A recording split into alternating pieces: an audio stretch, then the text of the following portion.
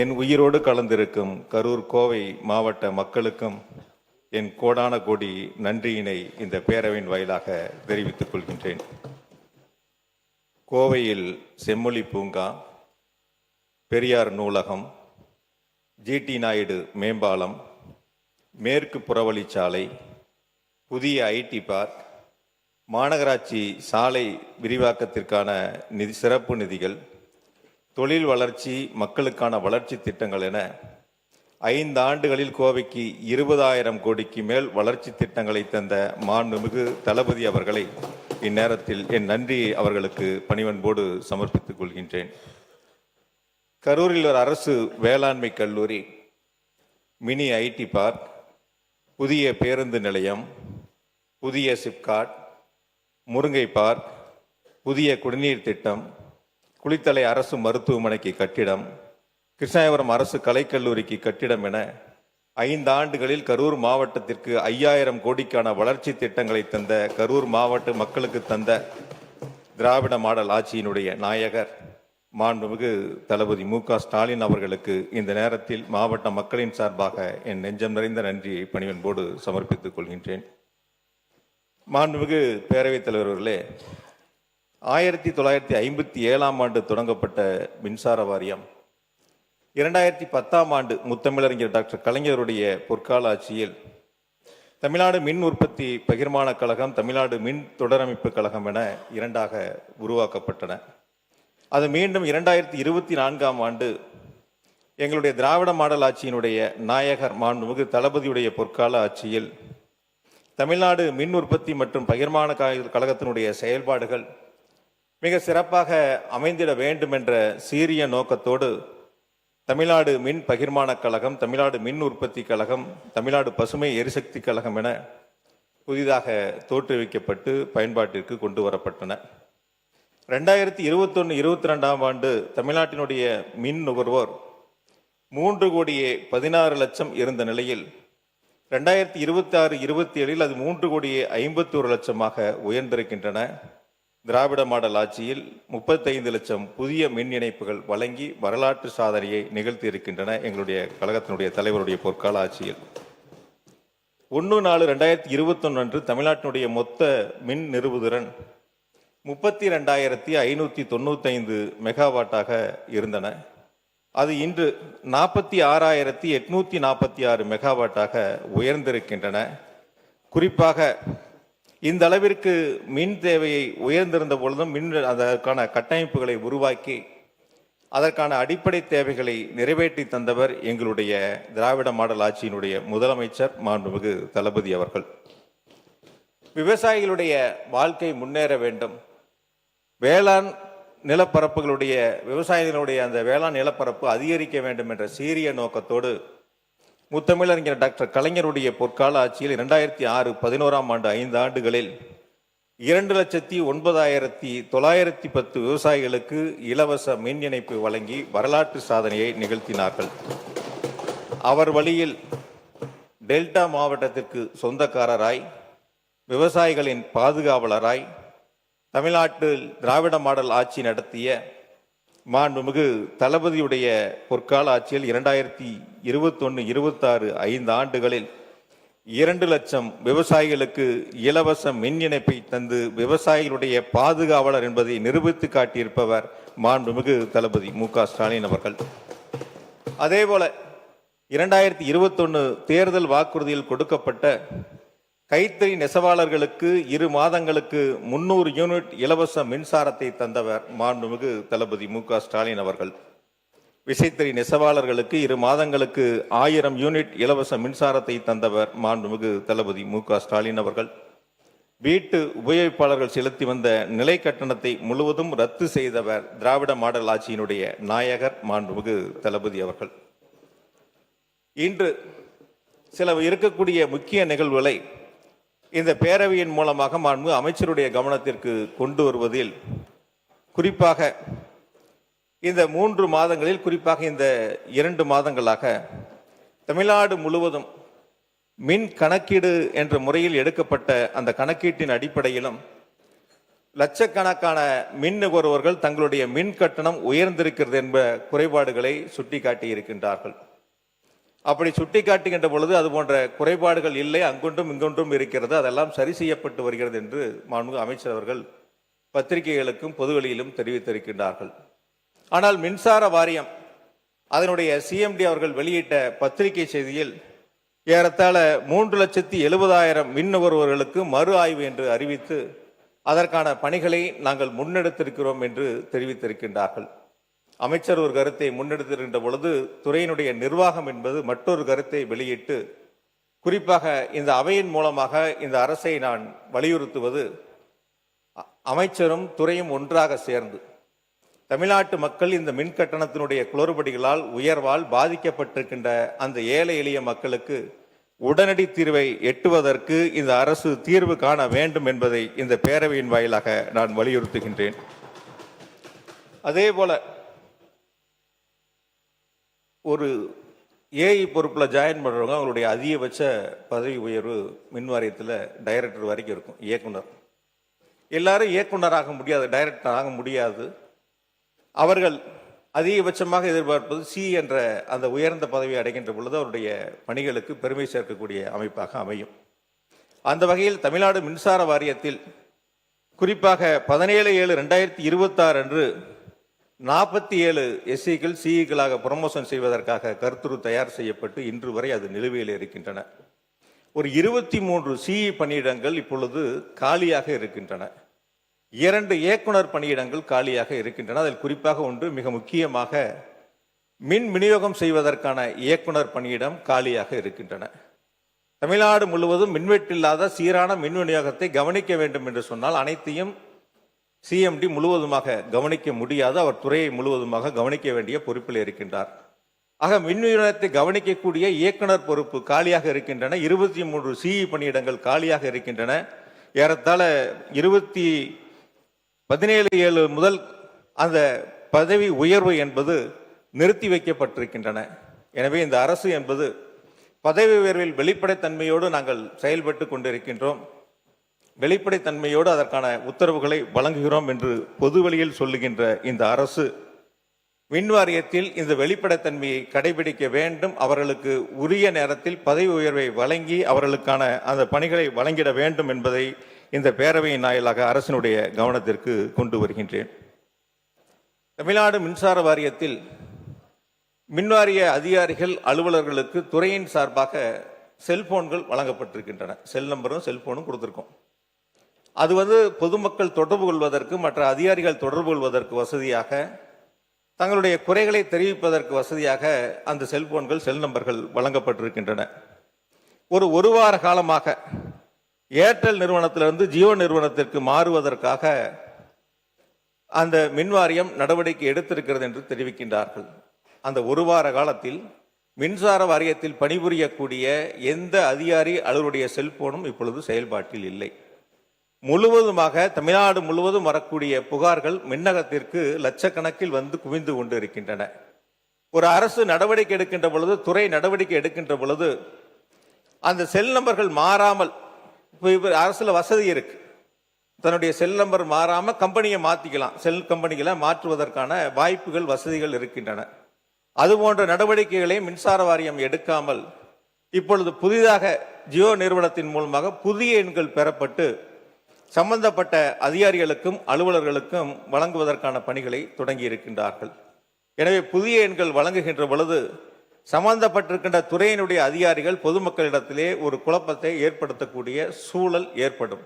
எனவே மின்சார வாரியம் பழைய எண்களை மாற்றாமல், நிறுவனத்தை மாற்றினால் கூட பழைய எண்களை மாற்றாமல் அதே எண்கள் அவர்களுக்கு மீண்டும் செயல்படுவதற்கு விரைந்து நடவடிக்கை எடுக்க வேண்டும் என்பதை இந்த அரசை நான் வலியுறுத்துகின்றேன். காரணம், மக்கள் தொடர்ந்து அவர்களிடத்தில் இருக்கக்கூடிய செல் நம்பர்களை, பல ஆண்டுகளாக அவர்கள் பயன்படுத்திய செல் நம்பர்களை இப்பொழுது மாற்றுவது என்பது எளிதில் மக்களிடத்தில் அந்த புதிய எண்கள் சென்று சேர்வது என்பது எளிதான காரியம் அல்ல என்பதை மட்டும் இந்த நேரத்தில் நான் நினைவூட்ட கடமைப்பட்டுள்ளேன். பதவி உயர்வு, மின்சார வாரியத்தின் மூலமாக பதவி உயர்வு வழங்கப்படுகின்ற பொழுது அவர்கள் கணவன் ஒரு பக்கம், மனைவி ஒரு பக்கம், அவர்களுக்கான பணியிடங்கள் வழங்கப்பட்டிருக்கின்றன.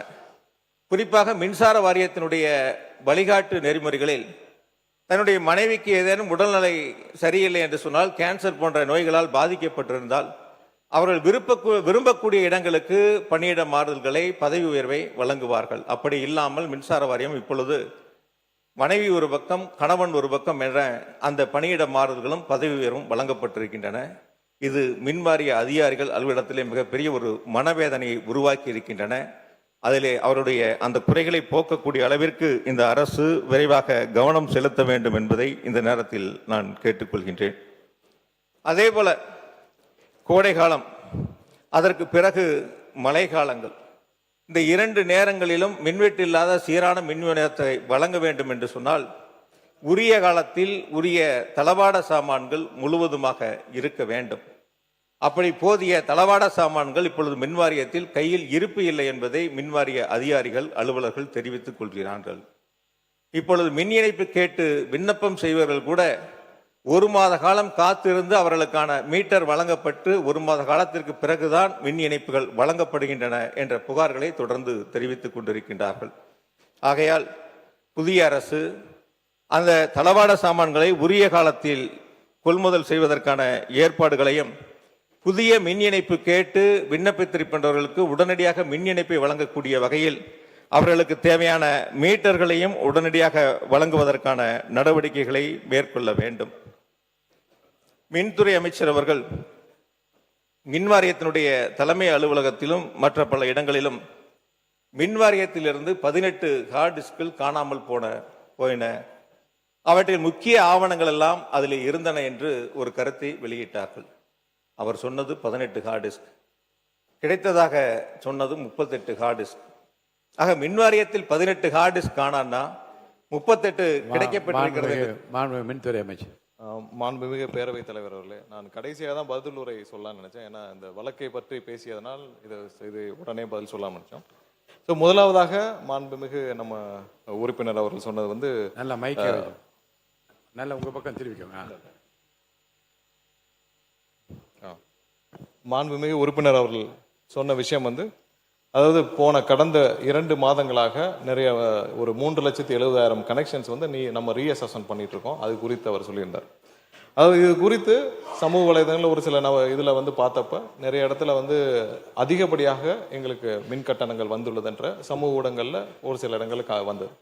ஸோ அதற்கப்புறம் இது என்னன்னு விசாரிக்கணும். ஏன்னா பொது தளங்களில் வந்துட்டே இருக்குன்னு சொல்லிட்டு மின்சார வாரியம் தானாக முன் ஒரு அதிகப்படியாக போன வருஷத்திற்கும் அதுக்கு முந்தின வருஷத்தோட கம்பாரிசனை பார்த்து நம்ம தானாக முன் ஒரு 3,70,000 கனெக்ஷன்ஸ், இதெல்லாம் 3 மடங்கு 4 மடங்கு அதிகப்படியாக கட்டணங்கள் போன ஆண்டை கம்பேர் பண்ணுறப்போ வந்திருக்கோம். அவங்களுக்கு நம்ம தானாக முன் நம்ம ரீஅசஸ்மெண்ட் பண்ணலான்னு சொல்லிட்டு சுமார் 3,70,000 கனெக்ஷன்ஸை ரீஅசஸ்மெண்ட் பண்ணோம். அது சம்மந்தப்பட்ட சுற்றறிக்கை தான் அவர் குறிப்பிட்ட சுற்றறிக்கை. அது தானாக முன் அது குறித்து கூட திமுகவின் தலைவர் இல்லை கம்ப்ளைண்ட் வந்ததுன்னு சொன்னால் அதுதான் நான் கிளாரிஃபை பண்ணியிருந்தேன். எந்த கம்ப்ளைண்ட் 3,70,000 கம்ப்ளைண்ட் வரல. இது மின்சார வாரியம் தானாக முன் அந்த அசஸ்மெண்ட் பண்ணோம். ஸோ அந்த அசஸ்மெண்ட் அடிப்படையில் கடைசியில் பார்த்தீங்கன்னா சுமார் 2,719 மட்டும்தான் மிஸ்மேட்ச். அப்போ நம்ம பண்ண எல்லா 3,70,000 எல்லாத்தையும் கம்ப்ளீட் பண்ணுறப்ப 2,719 தான் மிஸ்மேட்ச். அதுவும் எதனாலன்னு பார்த்தீங்கன்னா meter defect 1,350, wrong meter reading, அது அங்கே போகிறப்ப மேனுவலாக நடக்கிற ராங் மீட்டர் ரீடிங்கில் 1,369. இது எல்லா காலகட்டங்களிலும் ஒரு 0.5 to 6% அது நடக்கக்கூடிய விஷயங்கள் தான். ஆனால் எதனால இவ்வளோ வேரியேஷன் மக்கள் இவ்வளோ வேரியேஷனை பார்க்குறாங்க அப்படின்னு நம்ம திரும்ப அசஸ் பண்ணப்போ கடந்த மாதங்களில், அதாவது டேபிள் ரீடிங் என்ற ஒன்றை கடந்த காலங்களில் அவங்களாம் ஃபாலோ பண்ணிட்டு வந்திருக்காங்க. அந்த டேபிள் ரீடிங் என்னன்னு பார்த்தீங்கன்னா அசஸ்மெண்ட் செய்யாமலேயே தானாக அங்கேயே அசஸஸ் உட்காந்து அந்த முந்தைய ரீடிங்கை பதிவு செய்கிற வழக்கம் பல காலங்களாக இருந்து வந்துள்ளது. தேர்தல் அந்த மாதங்களில், அதாவது ஏப்ரல் மாதங்களில் அவங்க அசஸ்மெண்ட் எடுக்காமல் முந்தைய ரீடிங்கில் பல இடங்களில், பெரும்பாலான இடங்களில் முந்தைய ரீடிங், அதாவது ஜனவரி மாதம் என்ன ரீடிங் எடுத்தப்பட்டிருக்கோ அதையே பதிவு செய்து வைத்துள்ளார்கள் பெரும்பாலான இடங்களில். ஸோ நம்மளுடைய ஆட்சி வந்த பிறகு எல்லாம் மேனுவலாக கண்டிப்பாக ரீடிங் எடுக்கணும், எல்லாம் அசஸ் பண்ணி பண்ணுறப்போ அப்போ நேரடியாக போகும் பொழுது கடந்த 4 மாதங்களுக்கும் ஏன்னா அந்த ரீடிங் எல்லாம் மொத்தமாக வரும் பட்சத்தில் நிறைய இடத்துல அந்த மிஸ்மேட்ச் இருக்கு.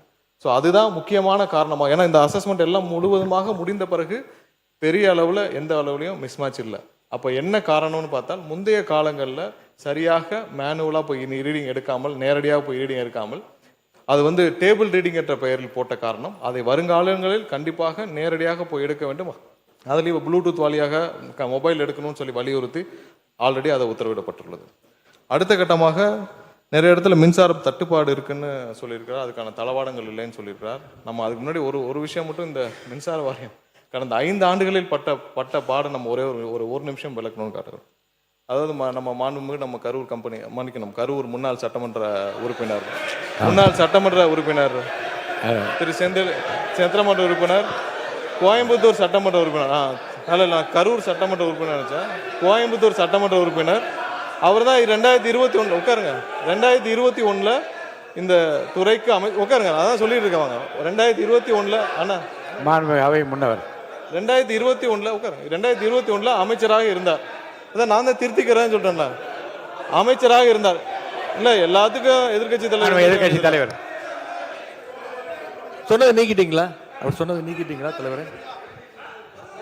இல்ல எதிர்கட்சி எனக்கு பேச மாண்புமிகு சங்கி அமைச்சர் மன்னிக்கணும், மாண்புமிகு எரிசக்தி துறை அமைச்சர் அவர்கள் பேச இல்ல மாண்புமிகு பாத்ரூம்ல நீக்கிட்டீங்களா? மாண்புமிகு பாத்ரூம்ல 3 மணி நேரம் உட்கார்ந்து இந்த எதிர்கட்சி தலைவர் நான் சொன்னா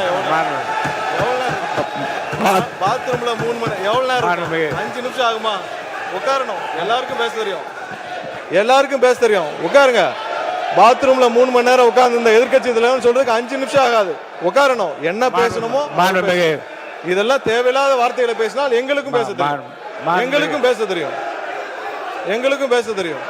தேவையில்லாத வார்த்தைகளை பேசினால் எங்களுக்கும் பேச தெரியும். என்னவோ அதான் பேசணும். இல்ல மாண்பு உறுப்பினர், இந்த கரூர் மாண்பு உறுப்பினர் இந்த கம்பெனி என்ற வார்த்தையை நீங்க வந்து அவைக்குள் நீக்கிட்டீங்களா? நீக்கியாச்சா? சரி. நீங்களே பேசி திருத்திக் கொண்டீர்கள். இருந்தாலும் அது அவைக்குள்ள அந்த வார்த்தை நீக்கப்படுகிறது. நீக்கியாச்சா? உட்காருங்க. அதான் நீக்கிட்டாங்களா? மாண்பு எதிர்கட்சி தலைவர் உட்காருங்க. மாண்பு எதிர்கட்சி தலைவர் உட்காருங்க. மாண்பு எதிர்கட்சி நீங்களா உட்காருங்க. அந்த பதார் அவரை உட்காருங்க. மாண்பு எதிர்கட்சி தலைவர் நீங்க மட்டும் நீங்க இல்லைங்க. மாண்பு எதிர்கட்சி தலைவர் பேச அனுமதிச்சிருக்கேன். அவர் பேச அனுமதிக்க நீங்களே அதை அப்டேட் பண்றீங்களா? அவர் பேசுறத நீங்க பேசுங்க. தலைவர் அவர்களே, இப்போ தமிழ்நாட்டில் யார் பாத்ரூம்ல எவ்வளவு நேரம் உட்கார்ந்துருக்காங்க அப்படின்னு கண்காணிக்கிறதுக்கு ஒரு தனியாக அமைச்சர் வச்சிருக்கீங்களா என்பதை நான் கேட்க விரும்புகிறேன். பொதுப்பணித்துறை அமைச்சர் அவர்கள். பேரவைத் தலைவர் அவர்களே, இந்த விவாதம் மானிய கோரிக்கைக்கான விவாதம் எல்லாருக்கும் தெரியும். பேச விடுங்க.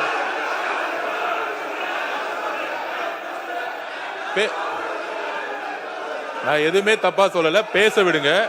எதிர்கட்சி தலைவர் நான் பேச வர்றது என்னன்னு கேட்டுக்கிட்டு பதில் சொல்லிட்டேன். எதிர்கட்சி தலைவர் ஒன்னும் தவறு கிடையாது.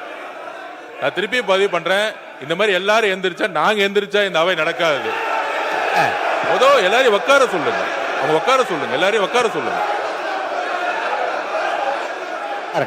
உட்காருங்க. மாண்புமிகு எதிர்கட்சி தலைவர் மட்டும் பேசுங்க. உட்காருங்க. மற்றவங்க எல்லாம் உட்காருங்க. அவர் பேச அப்புறம் நீங்க பதில் சொல்லுங்க. மாண்புமிகு எதிர்கட்சி தலைவர் பேசுவாங்க, அதுக்கு மாண்புமிகு பொதுப்பணித்துறை பதில் சொல்லுவார். உட்காருங்க. எல்லாம் மீதி பேர்லாம் உட்காருங்க. பேரவைத் தலைவர் அவர்களே, நீங்க பேசுங்க. எங்களுடைய சட்டமன்ற உறுப்பினர் முன்னாள் அமைச்சர் அவர்கள் இந்த மானிய கோரிக்கைகளை தெளிவாக புள்ளிவிவரங்களோட பேசிக்கிட்டு இருந்தார். தவறான வார்த்தைகளை முதல்ல பேசுறது யார் என்பது உங்களுக்கு தெரியும். அதையெல்லாம் அவை குறிப்பில் நீங்க நீக்க வேண்டும் கேட்டுக்கொள்கிறேன்.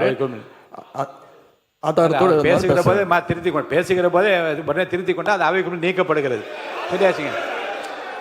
நீங்க சொல்லுங்க. நீங்க திரும்ப பெற்றீங்களா? அப்பயே சொல்லிட்டீங்களா? அவரே சொல்றாரு திரும்ப பெற்றேன்னு சொல்றாரு. அப்புறம் என்ன இதுக்கு மேல என்ன வேணும்? அவரே திரும்ப பெற்றா சொல்றாருங்க. அவரே சொல்றாரு திரும்ப பெற்றேன்னு சொல்றாரு. அப்புறம் விடுங்க. அதுக்கப்புறம் 2021 காலகட்டங்கள் அமைச்சராக இருந்தார். அவரே சொல்றாரு திரும்ப பெறனா என்ன அர்த்தம்? பெற்றாச்சு. வாங்க அடுத்தது பேசுங்க. அந்த 2021 காலகட்டங்கள்ல அமைச்சராக இருந்தார். அதற்கப்புறம் இருங்க, உட்காருங்க. உறுப்பினர் சீனிவாசன், உங்களுக்கு தனியா ஒரு அவை நடத்தணும்னு நினைக்கிறேன்.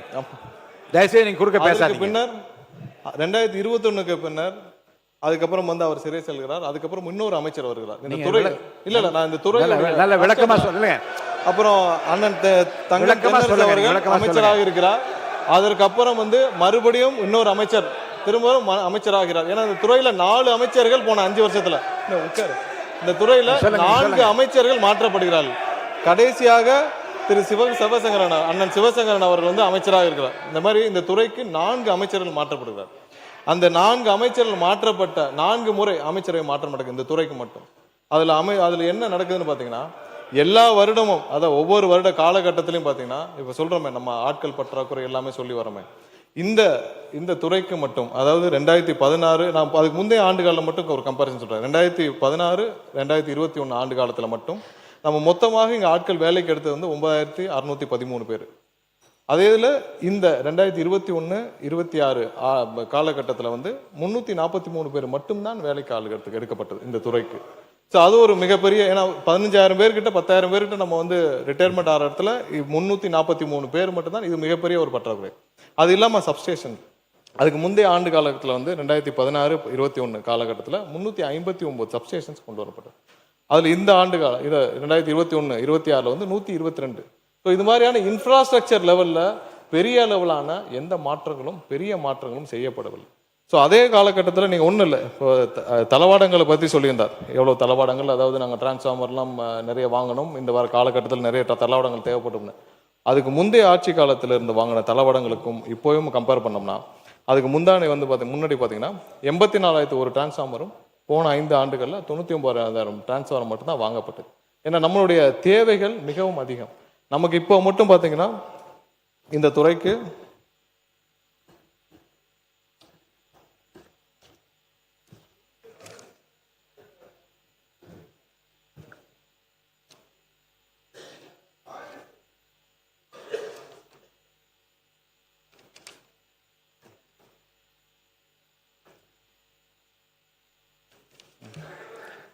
சுமார் 593 சப்ஸ்டேஷன்ஸ் நமக்கு உடனடியாக தேவைப்படுது. அதாவது இன்னைக்கு இருக்கிற பவரோடைய மேனேஜ்மெண்ட்டுக்கு தமிழ்நாடு முழுவதும் ஒரு 593 சப்ஸ்டேஷன் தேவைப்படுது. ஸோ இதெல்லாம் ஆய்வில் உட்கொண்ட நம்மளுடைய தமிழக முதல்வர் கிட்டத்தட்ட 3 முறை எங்களுடைய துறைக்கு ஆய்வு செய்திருக்கிறார். அதில் ஆய்வு உட்கொண்டு இந்த வருடம் மட்டும் உடனடியாக 209 சப்ஸ்டேஷன்ஸை வந்து அப்ரூவ் பண்ணி அதை உடனடியாக நிறுவ வேண்டும் என்று கூறியிருக்கிறார். அடுத்து வர சில ஆண்டுகளில் வந்து 263 சப்ஸ்டேஷன்ஸ் வந்து நம்ம நிறுவ வேண்டும் கேட்டுக்கிறார். இது இல்லாமல் பதில் நீங்க விளக்கமா சொல்லிக்கிறோம். அவங்க இப்ப கேட்ட சியூஜி நம்பருக்கும் கேட்டிருந்தார். சியூஜி நம்பர் ஏர்டெல்ல வந்து அவர்களே வந்து அதுல சேவையில பிரச்சனையா இருந்து அது இப்ப நிறுத்தப்பட்டது. அது நிறுத்தப்பட்ட காரணத்தினால் நம்ம அதை திரும்ப அந்த நம்பரே வந்து இது மாற்ற முடியுமான முயற்சி செய்தோம். அதுல டெக்னிக்கல் ப்ராப்ளம் இருந்தனால புதிதாக வேற வெண்டர்ட்ட நம்ம நம்பர் வாங்கி அதுவும் நேற்றிலிருந்து பயன்பாடுக்கு வந்துவிட்டது. நன்றி. மான் உறுப்பினர் வி செந்தில் பாலாஜி அவர்கள், முன்னாள் அமைச்சர்.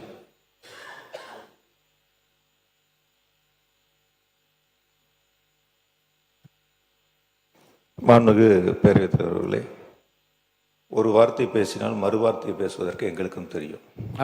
இதுதான் வேண்டாம். இல்ல நான் வேண்டாம்னு சொல்றேன். பேசிட்டு நீங்க நீக்கிறீங்க. மாண்புமிகு பேரவைத் தலைவர் நீக்கிறேன்னு சொல்றதுக்கு அப்புறம் பொதுவெளியில போனதுக்கு அப்புறம் நாங்க பதில் சொல்லாம ஊமையா இருந்துட்டு போறதுக்கு இந்த சபைக்கு நாங்க வரல.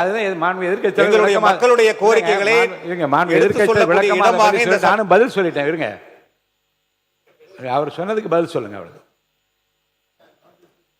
மாண்புமிகு பேரவைத் தலைவர்களே, நான் இந்த ஹார்ட் டிஸ்க் சம்பந்தமா கேட்டேன். பொதுவெளியில மாண்புமிகு மின்துறை அமைச்சர் அவர்கள் சொல்லுகின்ற பொழுது சீரமைப்புகள், முறைகேடுகள், வார்த்தைகள் பார்த்தீங்கன்னா ஒவ்வொரு பத்திரிகையாளர் சந்திப்பிலையும் பெரிய தடிமனான வார்த்தைகளா பயன்படுத்துற மாதிரி ஒரு தோற்றத்தை உருவாக்குறார். அதான் எங்களுடைய எதிர்க்கட்சி தலைவர் போட்டதற்குரிய எங்களுடைய சின்னவரப்ப சொன்னாங்க காலையில். எது இருந்தாலும் நம்ம பதவி ஏற்றுக்கிட்ட கடமையை நிறைவேற்றக்கூடிய வகையில் ஒரு தவறுகள் இருந்தால் உடனுக்குடன் அதை சுட்டி காட்ட வேண்டும், அதன் மீது நடவடிக்கை எடுக்க வேண்டும். அதுதான் நம்ம உறுதிமொழி எடுத்துக்கொண்டதனுடைய அர்த்தம் நிறைவேறும். அப்படி இல்லாம துறையில் சில தவறுகள் இருந்தால் அல்லது முன்னால் உங்களுக்கு கண்களுக்கு அது தவறாக தெரிந்தால் உடனுக்குடன் அதை சுட்டி காட்டி நடவடிக்கைகளை மேற்கொள்ள வேண்டும். துணை மின் நிலையங்களுடைய நிலைகளை பற்றி சொன்னார்கள். 423 துணை மின் நிலையங்கள் கடந்த 5 ஆண்டுகளில் திராவிட மாடல் ஆட்சியில் அறிவிக்கப்பட்டு 122 துணை மின் நிலையங்கள் நிறைவேற்றப்பட்டு பயன்பாட்டிற்கு கொண்டு வரப்பட்டிருக்கின்றன. நீங்க கொடுத்த வெள்ளை அறிக்கையிலேயே ஏறத்தாழ 122 துணை மின் நிலையங்கள் 10,109 கோடி ரூபாய் மதிப்பீட்டில் பணிகள் நடைபெற்று வருகின்றன என்று உங்களுடைய வெள்ளை அறிக்கையில் நீங்களே தெரிவித்திருக்கின்றீர்கள். அதற்கு 5,066 கோடி ரூபாய் செலவுகள் செய்யப்பட்டிருக்கின்றன, மீதம் இருக்கக்கூடிய பணிகள் நடைபெற்று வருகின்றன என்று சொன்னீர்கள். ஆகையால் கடந்த 5 ஆண்டுகளில் மின் உற்பத்தியை அதிகரிப்பதற்கு அதற்கான புதிய திட்டங்களையும் புதிய மின் உற்பத்திக்கு ஏற்ப மின் விநியோகத்திற்கான வழித்தடங்களையும் கட்டமைப்புகளையும் உருவாக்குவதில் திராவிட மாடல் ஆட்சியினுடைய நாயகர் மாண்புமிகு முத்துவேல் கருணாநிதி ஸ்டாலினுடைய பொற்கால ஆட்சியில் மிக சிறப்பாக நடவடிக்கைகள் மேற்கொள்ளப்பட்டன. ஒவ்வொரு முறையும் ஆட்கள் பற்றாக்குறையை பற்றி இங்கே மின்துறை அமைச்சர் அவர்கள் தெரிவித்துக் கொண்டிருக்கின்றார்கள். கடந்த 5 ஆண்டு காலம் திராவிட மாடல் ஆட்சியில் இதே ஆட்களை வைத்துத்தான் எந்தவித மின்தடையும் இல்லாமல் தமிழ்நாட்டில் சீரான மின் விநியோகத்தை வழங்கிய அரசு திராவிட மாடல் அரசு. இந்தியாவில் இருக்கக்கூடிய மாநிலங்களில் நகர்ப்புறங்கள், கிராமப்புறங்கள் என அனைத்து பகுதிகளிலும் தடையில்லாமல் மின்சாரத்தை வழங்கியதற்காக நாடாளுமன்றத்தில் மின்துறை அமைச்சர், ஒன்றியத்தினுடைய மின்துறை அமைச்சருடைய பாராட்டை பெற்ற அரசு திராவிட மாடல் அரசு என்பதை இந்த நேரத்தில் நான் பேரவைக்கு தெரிவித்துக் கொள்கின்றேன். ஆக துணை மின் நிலையங்களுடைய அமைப்புகள் ஒரு பக்கம் இருக்கின்ற பொழுது, கூடுதலாக மின் வழித்தடங்கள் எவ்வளவு அமைக்கப்பட்டிருக்கிறது என்று சொன்னால், இஎச்எட் லைனை பொறுத்த வரைக்கும் 4003 கிலோமீட்டர். இது நீங்க வெள்ளை அறிக்கையிலேயே கொடுத்துருக்கிறீங்க எவ்வளவு அமைக்கப்பட்டிருக்குங்கிறத. ஹெச்எட் லைனை பொறுத்த வரைக்கும் 25,963 கிலோமீட்டர். எல்டி லைனை பொறுத்த வரைக்கும் 23,173 கிலோமீட்டர் கடந்த 5 ஆண்டுகளில் மின் வழித்தடங்கள் அமைக்கப்பட்டிருக்கின்றன. 99,000 மின்மாற்றிகள் கடந்த 5 ஆண்டுகளில் அமைக்கப்பட்டிருக்கின்றன.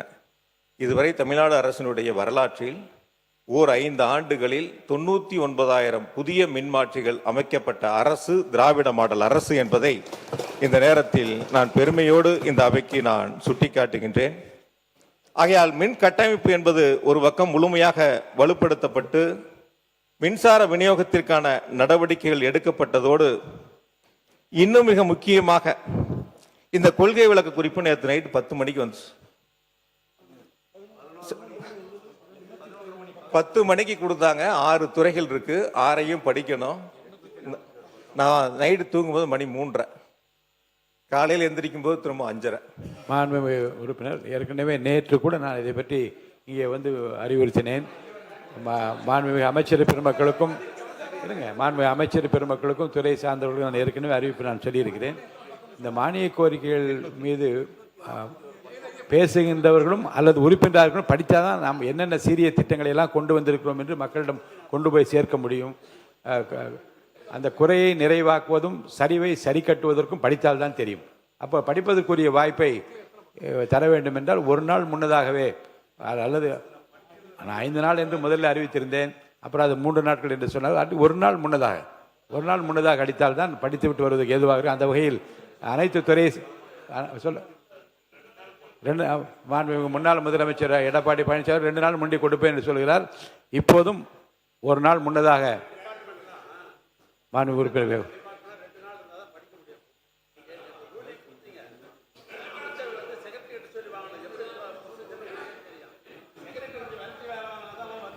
சரி,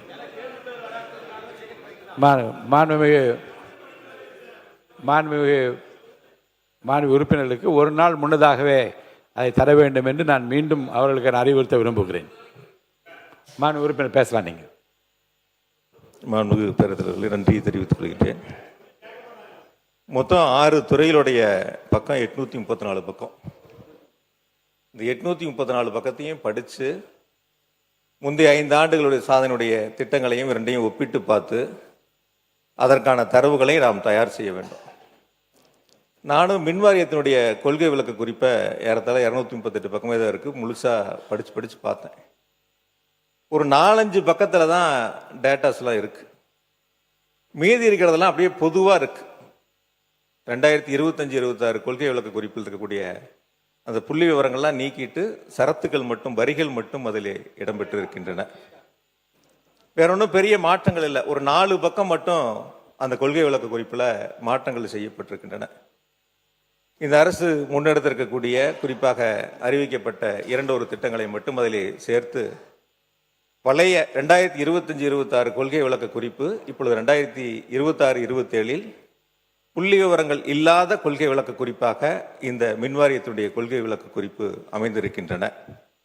அது மட்டுமல்ல, அந்த கொள்கை விளக்க குறிப்பில் 3437 கேங்மேன்களுக்கு 18/6/2026 ஊர் மாறுதல் செய்ததாக, பணியிட மாறுதல் செய்ததாக அதில் தெரிவிக்கப்பட்டிருக்கின்றன.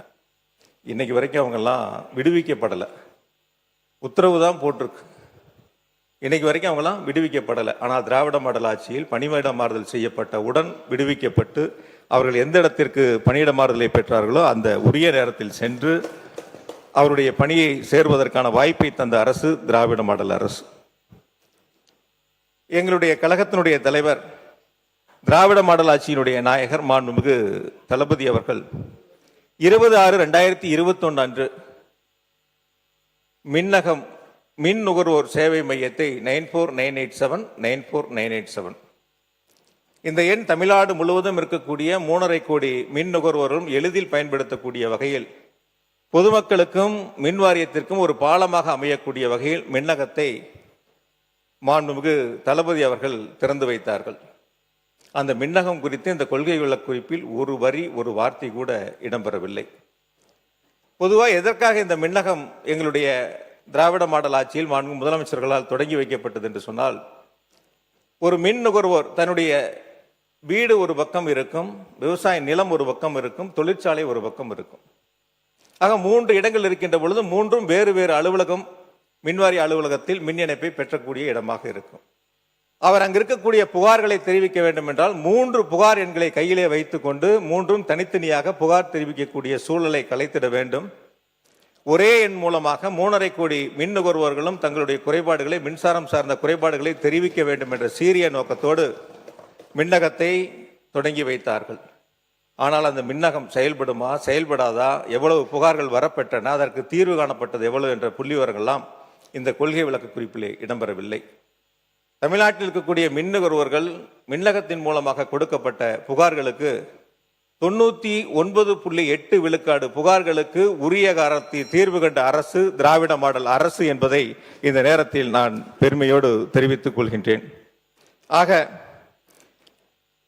திராவிட மாடல் ஆட்சியை பொறுத்தவரை மின்சார உற்பத்தி ஒரு பக்கம் அதிகரிப்பு, இணைக்கப்பட்டிருக்கின்ற கனெக்டர் லோடு மின் பளு என்பது 2016-21 20,754 இருந்தது. 2021-25 23,158 மெகாவாட்டாக உயர்ந்திருக்கின்றன.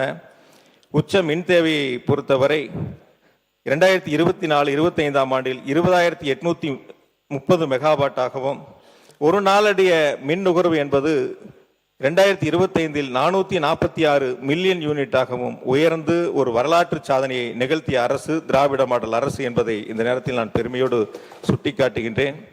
அதே போல 2000 உறுப்பினர் 20 நிமிடங்களை தாண்டி விட்டீர்கள். ஒரு 2 நிமிஷம் முடிச்சிருங்க. பொதுவாக ஒரு அரசு எந்த அளவிற்கு செயல்படுகிறது என்பதை எடுத்துக்காட்டக்கூடிய இடமாக மின்சாரத்துறை விளங்குகின்றன.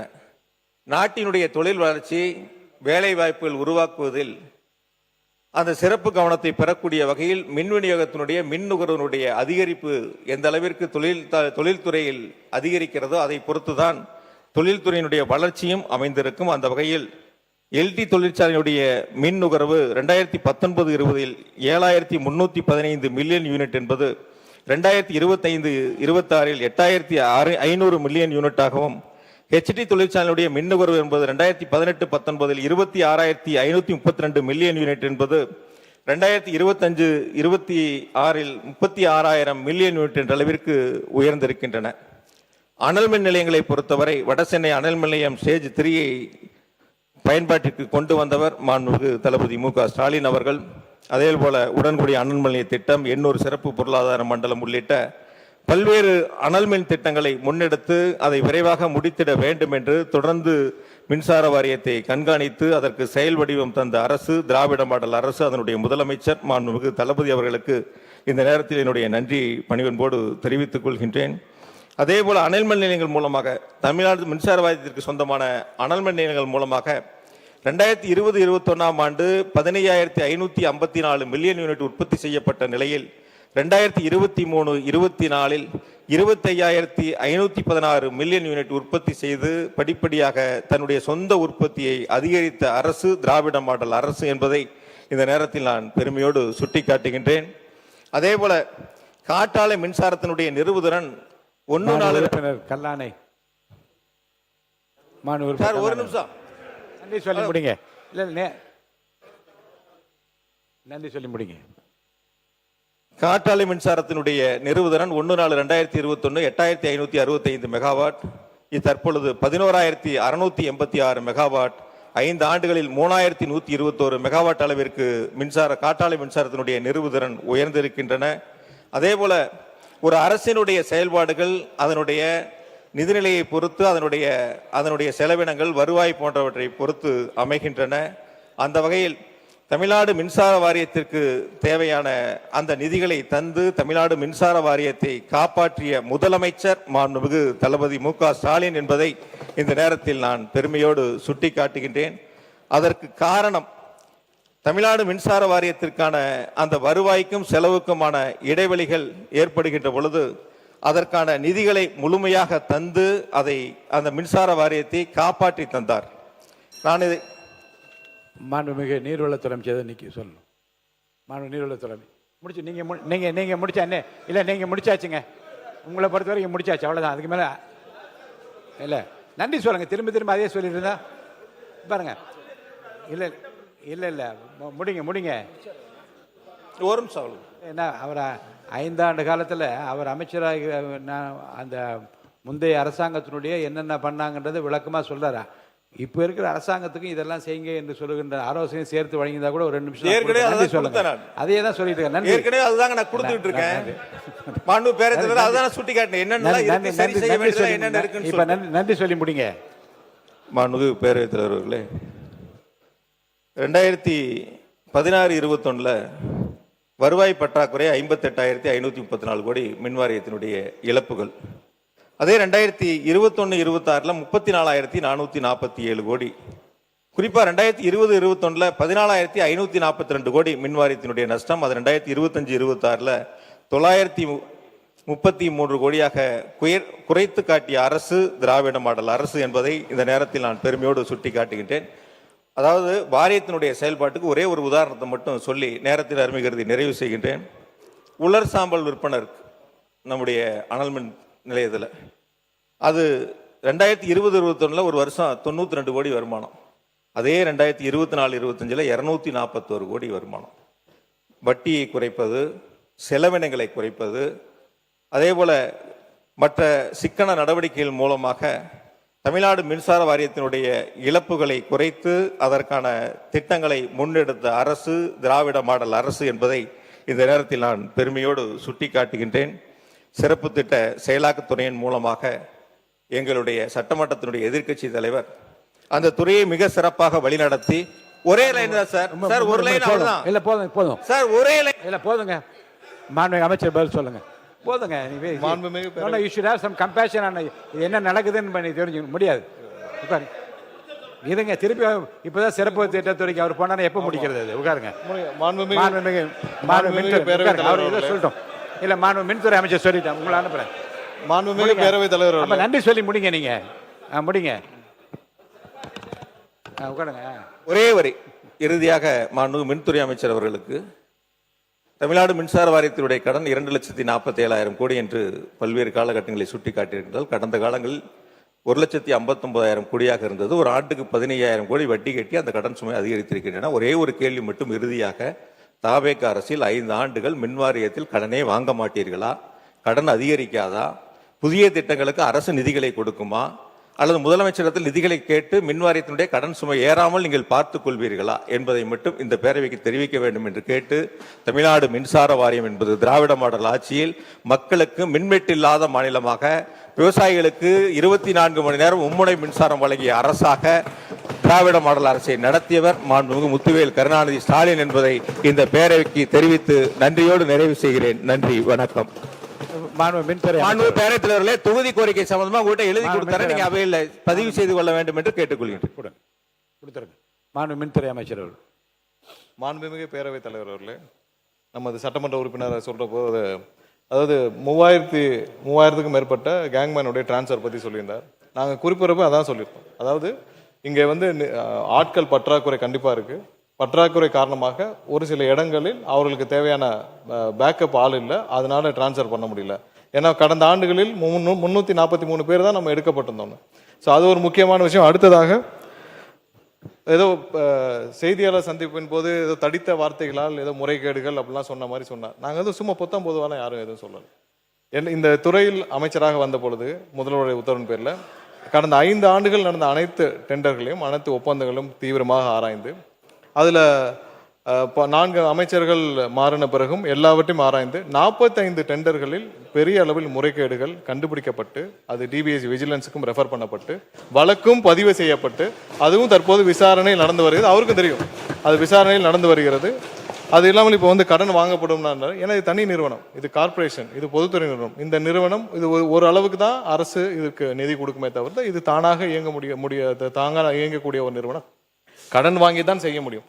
ஆனால் கடனை வாங்குற போது அந்த கடன் எப்படி நம்ம பயன்படுத்துகிறோன்னு இருக்கும், எங்கெங்கே பயன்படுத்தணும்னு இருக்கணும். பெரிய அளவில் ஆட்களும் வேலைக்கு எடுக்காமல், பெரிய அளவில் இன்ஃப்ராஸ்ட்ரக்சரும் நம்ம அதிகரிக்காமல், எதுவுமே செய்யாமல், அதுவும் ஏன்னா மற்ற துறையில் இருந்தப்போ அவர் வந்து மற்ற துறையில் இருந்தப்போ அவர் வேலைக்கு அதிகமாக ஆள் எடுக்கக்கூடியவர் தான். ஆனால் இந்த துறைக்கு வந்த பிறகு போக்குவரத்தில் இருந்தப்போ நிறைய ஆட்களை வேலைக்கு எடுத்திருக்கிறார்.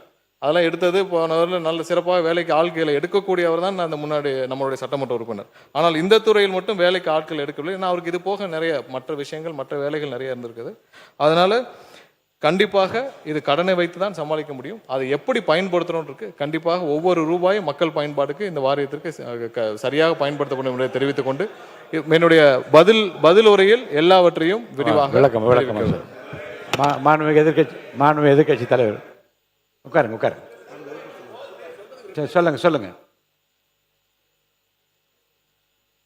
மாண்புமிகு அமைச்சர் மின்துறை அமைச்சர் பேசுகின்ற பொழுது 5 வருஷத்துல 4 அமைச்சர் நாங்கள் ஒரு இப்போ பார்க்குறோம். இப்போ தாவேக அரசு எத்தனை அமைச்சர்கள் மாத்துறீங்களா, இல்லை எல்லா அமைச்சர்களும் அப்படியே இருப்பாங்களா, எந்த மாற்றமும் இருக்காதாங்கிறத மக்கள் பொறுத்திருந்து பார்ப்பாங்க. அது முதலமைச்சருடைய சிறப்பு. இது யார் அமைச்சராக இருக்க வேண்டும், எந்த துறைக்கு யார் அமைச்சராக இருக்க வேண்டும், முதலமைச்சருடைய தனிப்பட்ட விருப்பம். அது ஆகையால ஒரு துறையில வந்து அதாவது சொல்லுகின்ற பொழுது கருத்துக்கள் வந்து அது போக்குவரத்து துறையில் அதிக ஆட்கள் எடுத்தாங்க, இதுல ஒரு சரியான ஒரு சட்டமன்றத்தினுடைய நிகழ்வா தெரியல. அது நாங்களும் சொல்ல முடியும்.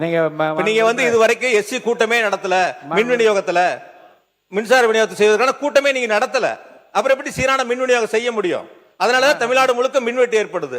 லேசா மழை பெஞ்சா சென்னையில 2 நாளா மழை இல்ல, கரண்ட் இல்ல. இது யதார்த்தம் சொல்றேன். நாங்க என்ன சொன்னோம்னா 4 அமைச்சர்கள் இந்த துறைக்கு மாற்றப்பட்டிருக்கு. 4 முறை அமைச்சரவை மாற்றம் நடந்திருக்கு. 4 முறை மாற்றப்பட்டு இந்த துறையில் என்னென்ன நடந்திருக்கு நம்ம சொல்றோம். அதெல்லாம் ஒன்றும் தப்பு இல்லை.